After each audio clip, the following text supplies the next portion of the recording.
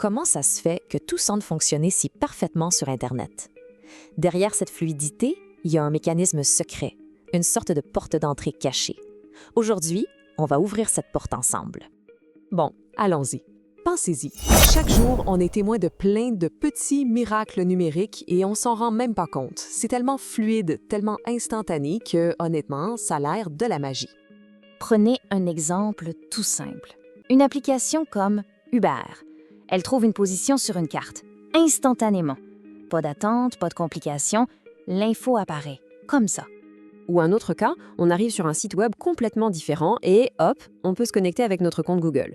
C'est quand même fou. Deux services qui n'ont rien à voir ensemble, mais qui se parlent comme s'ils se connaissaient depuis toujours. Allez, un dernier pour la route. Un site de voyage qui nous montre la météo en temps réel pour une ville à l'autre bout de la planète. Comment est-ce que toute cette information-là peut bien circuler aussi facilement? C'est ça, la grosse question. Comment toutes ces applications qui ont été faites par des compagnies différentes, à des moments différents, arrivent à communiquer entre elles de façon aussi parfaite? Eh bien, le secret derrière toute cette magie, il a un nom. Et vous allez voir, c'est pas mal plus simple qu'on pourrait le croire. Le secret, c'est une porte d'entrée.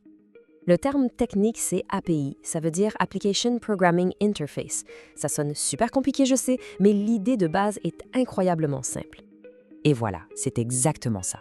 L'idée à retenir, c'est cette phrase. Une API, c'est juste une porte d'entrée qui permet à deux applications de se parler. C'est tout.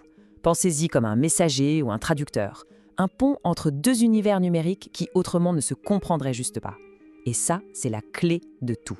En créant ces portes, les compagnies permettent à n'importe qui d'autre de se brancher sur leurs services, ce qui crée des écosystèmes complets d'applications qui fonctionnent tout ensemble.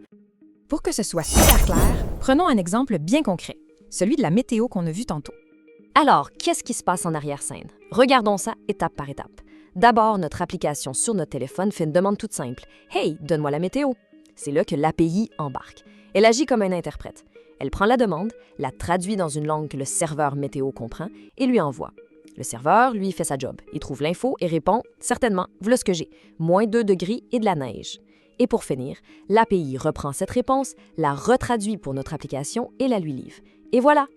C'est vraiment l'API qui est au cœur de tout ça.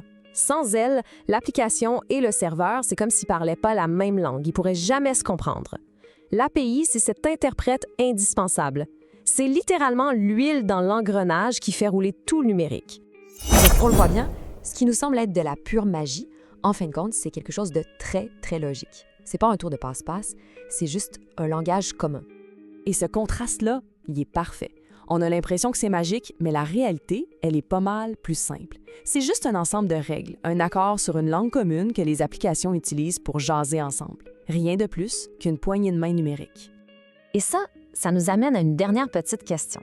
En ce moment même, là, pendant qu'on se parle, combien de ces portes numériques invisibles sont ouvertes juste pour que tout ça fonctionne?